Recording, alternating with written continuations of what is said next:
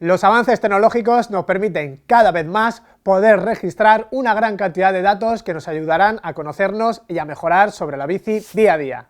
En este vídeo os contamos los más interesantes. ¡Empezamos! La ciencia y el ciclismo van de la mano y actualmente podemos monitorizar muchos datos de nuestra actividad para su análisis, lo que nos permitirá evolucionar y mejorar nuestro rendimiento. No importa si lo hacemos para entrenar, para ir a trabajar o por pura diversión. Tener un registro de la actividad nos será muy útil. Lo dividiremos en dos grandes grupos, los datos biológicos y los datos de movimiento. Uno de los datos más importantes es el pulso. Conocer nuestra frecuencia cardíaca nos dará muchas pistas sobre nuestro estado de salud y nuestra capacidad física para enfrentarnos a la actividad deportiva. Además, también nos permitirá conocer nuestros límites, entrenar correctamente y saber hasta dónde podemos ponernos a prueba. Hasta que se popularizaron los potenciómetros, eran el principal parámetro para controlar y planificar los entrenamientos, y aún hoy es el usado por muchos ciclistas aficionados y un complemento de otros parámetros. Hay varias formas de controlar esta variable. Puede ser mediante bandas de pecho, brazaletes o bien con relojes con sensor óptico. Los sensores se comunicarán con nuestros relojes, teléfonos o ciclocomputadores y veremos todos los registros al momento o un resumen final cuando terminemos la ruta con todo lo que hemos hecho.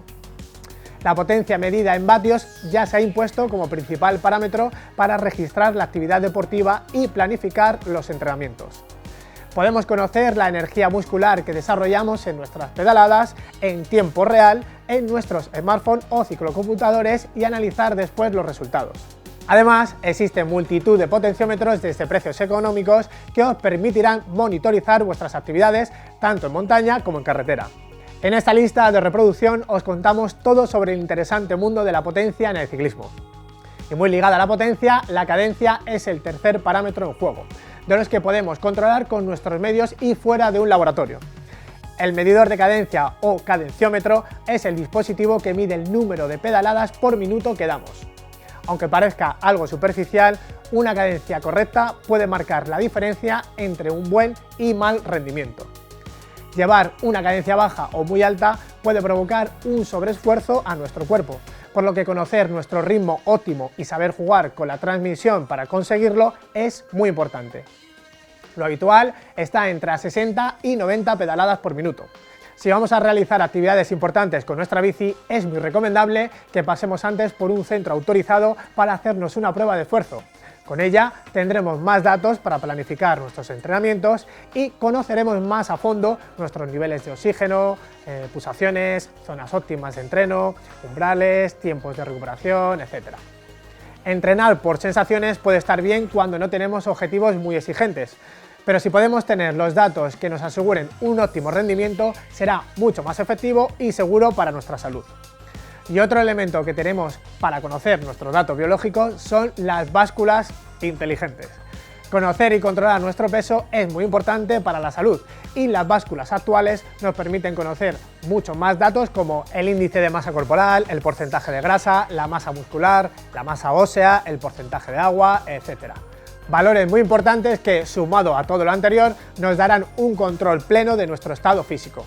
Recordad que la monitorización de todas estas variables nos va a permitir evolucionar y tener un buen control de nuestro estado físico.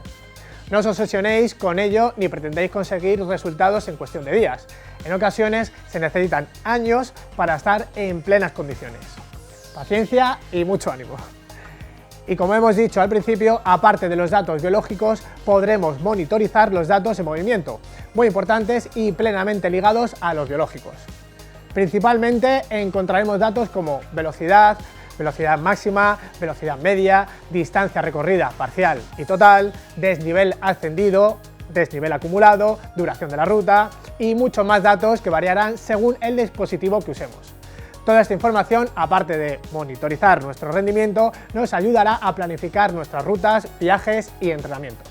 Si usamos un cuentakilómetros tradicional, según su calidad, podremos ver más o menos datos de los citados e incluso analizarlos después.